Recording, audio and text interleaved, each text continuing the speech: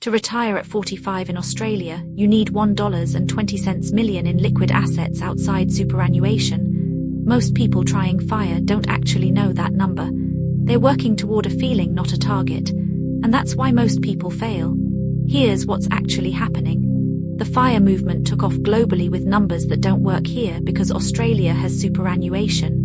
It's our biggest advantage and our biggest complexity. You can't just use a 30-year-old American's 4% rule and expect to hit 45 in Melbourne. Let me break down the real math. The average Australian household earning $120,000 combined, that's a pretty normal couple both working, thinks FIRE means saving $2,500 per month for 15 years. That sounds possible. They're making $10,000 a month after tax. Save a quarter of it. Done, right? Wrong. When you actually model it out with Australian tax law, superannuation contribution caps, and the cost of living from 45 to 85, the number changes. A lot. First, hidden cost. Most FIRE calculators ignore superannuation entirely. Your super grows tax-free inside the fund until you hit 60. That's a massive advantage, but you can't touch it until then. So when these calculators tell you to have $800,000 saved by 45, they're not telling you that $400,000 of it might be locked in super and you can't spend it. This is where mistake 1 happens. Mistake 1. People save aggressively into personal investments while ignoring the super contribution cap. The annual non-concessional contribution cap is $110,000 per year. The concessional cap is $27,500 per year. If you're earning $120,000, you're capping out your concessional contributions at $27,500 per person. That's $55,000 combined for a couple. Here's what happens next. You save the extra money in a regular investment account because you've maxed super, but money in super grows at effectively 15% tax efficiency compared to your personal account where capital gains get taxed at your marginal rate. If you're on $48,000 a year in earnings plus capital gains, you're paying 37% plus Medicare levy on that profit. So you're actually putting money in a worse vehicle to grow wealth. That's insane when you think about it. The real cost of mistake 1, someone saving $3,000 per month into a personal investment account instead of optimizing their super contribution first, is losing roughly $180 per month in tax efficiency. Over 20 years at 7% growth, that's $64,000 in lost wealth. For nothing. Mistake 2, the withdrawal rate assumption is completely wrong for Australia. The global FIRE community uses the 4% rule. You have $1 million, you withdraw $40,000 per year and it lasts forever. That math assumes US tax law, US healthcare and a certain death age. In Australia, the numbers shift. First, if you retire at 45 with money in a non-concessional account, you're paying income tax on every dollar you withdraw above $18,200. If you need $60,000 per year to live on, that's a tax bill. The ABS data shows the average household needs $65,000 per year to live comfortably in Australia. That's not luxury. That's just normal life. A couple retiring at 45 with a paid-off house needs $65,000 per year. On a 3.5% withdrawal rate instead of 4%, that means they need $1.86 million in investable assets, not $1.20 million like the standard rule says. If you plan for the standard 4% rule and only have $1.40 million saved, you're short by $460,000. And you're already 45. You can't fix that quickly. That's mistake 2, using the wrong withdrawal rate for Australia and getting your target number wrong by 30% or more.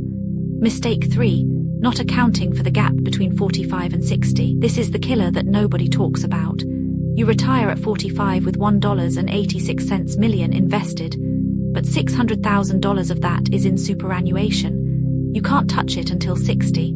So you're actually living off $1.26 million for 15 years. That changes your withdrawal rate dramatically. Suddenly 3.5% of $1.26 million is $44,000 per year. That's tight, really tight if you're used to earning $120,000. Most people either don't make it to 45 with the money they think they'll have, or they make it and realize they need to work part-time anyway to cover the gap. The honest truth, true FIRE at 45 in Australia without any work income after that date requires a specific combination of things. Here's the fix. First, Stop thinking about a single retirement number. Think about two numbers: the amount you need to 60 and the amount you'll have from super at 60. Someone aiming for FIRE at 45 should be modeling this as a two-phase withdrawal. If super will give you $2,200 per month from 60 onwards, that's a $600,000 balance at 4%. Then you only need to generate $3,800 per month from your personal investments for 15 years. That's much more achievable than covering the full $6,000 you might need. Working backwards, to generate $3,800 per month safely, you need $1.30 million in a diversified, low-cost portfolio earning 4% to 5% per year. That's the real number, not $1.86 million, not $2.50 million. $1.30 million. Second fix, actually optimize your super contributions. If you're earning $120,000 as a couple, and you're only contributing the concessional cap of $55,000 per year total, you're leaving money on the table. Your employer is probably contributing 11.5% already. That's roughly $13,000 per person. Your total super contribution is around $66,000 per year for the couple. In 20 years at 7% growth, that's $2.20 million in super alone. At 60, that's roughly $3,100 per month. Suddenly the gap is almost fully covered. This is actually one of the better moves available to anyone under 40 in Australia right now. Third fix, the real savings rate. To hit $1.30 million in 20 years at 7% return, earning $120,000 combined household income, you need to save $2,200 per month. That's 22% of your gross income. After tax, you're taking home roughly $9,200 per month. Saving $2,200 means living on $7,000. For a couple in an Australian capital city with a paid-off house, that's doable but not easy. Groceries, utilities, insurance, transport, and replacing things adds up fast. The ABS says the average couple spends $3,100 per month without rent or mortgage. Add transport and you're at $3,500 at minimum. So you need to earn more than $120,000 combined, or you need to stay in FIRE mode for longer than 20 years, or your returns need to be higher than 7% average. Most people's FIRE plan fails because they model 8% to 10% returns, rely on growth they can't control, and assume they'll stick to a 22% savings rate for 20 years without life interruptions. Illness, redundancy, a kid's school fees, a car replacement. The real number, someone aiming for FIRE at 45 in Australia needs either $150,000 plus combined household income, or they're working toward 50, or they're accepting that they'll work part-time from 45 to 60. What this adds up to over 1 year. If you earn $120,000 combined, and you save $2,200 per month, that's $26,400 per year into your FIRE fund. At 7% average return, that's $1,850 in growth on top of your contributions. Year 1 ends with $28,250 added to your net worth. Year 5, you're adding $28,250 in contributions, plus $4,200 in compound growth on the accumulated balance. That's $32,450 per year into your wealth.